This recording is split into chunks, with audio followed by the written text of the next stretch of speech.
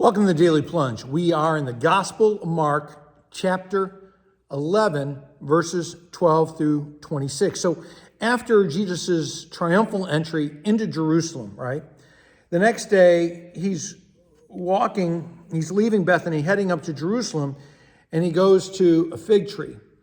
And the fig tree is supposed to be bearing fruit, but instead it's just filled with leaves. And he's found nothing. Right? And he says, may no one eat any fruit of you again. And the thing is that when the word comes into our lives, it's supposed to produce a fruit for the Lord, right?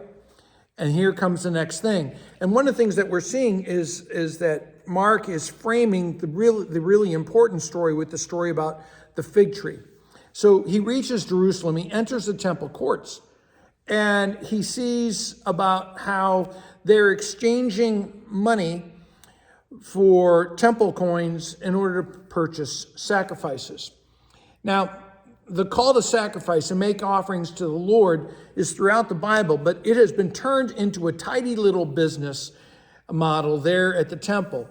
And there's a law against graven images, and there's a law that you're supposed to make sacrifices.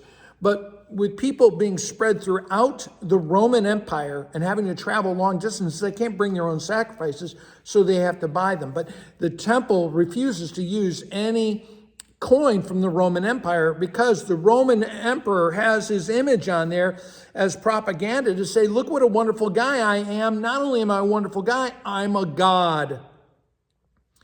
And so that is offensive to the Jews. And so there's an exchange rate, right? Again, that they're skimming off the top to make money off of taking the Roman coins in order to buy the sacrifices, which are then sold at an inflated price.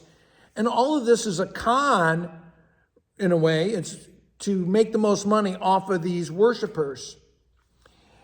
And the thing is that our faith in God isn't something that we buy.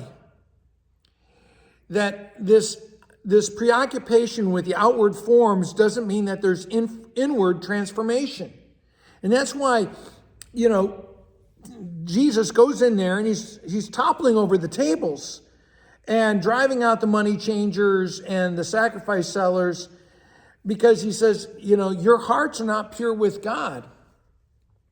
The people could maintain some semblance of that they went to worship and whatnot, but it wasn't necessarily that they were actually sacrificing to, themselves. They were giving worship, but they weren't sacrificing to the Lord.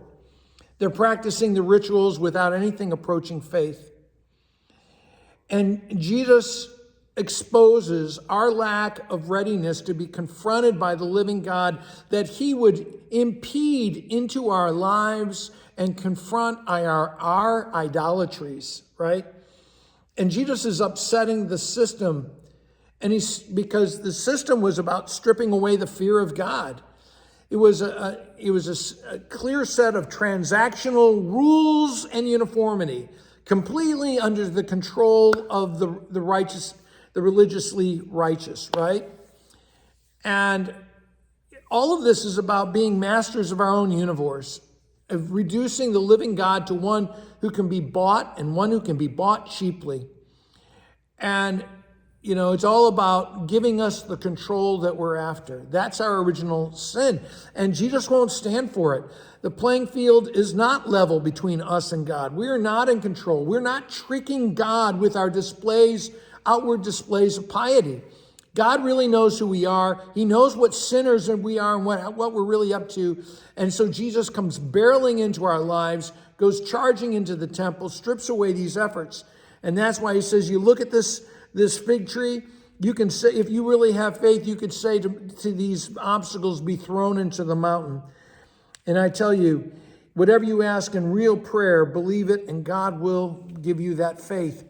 Thanks, friends. Have a blessed day.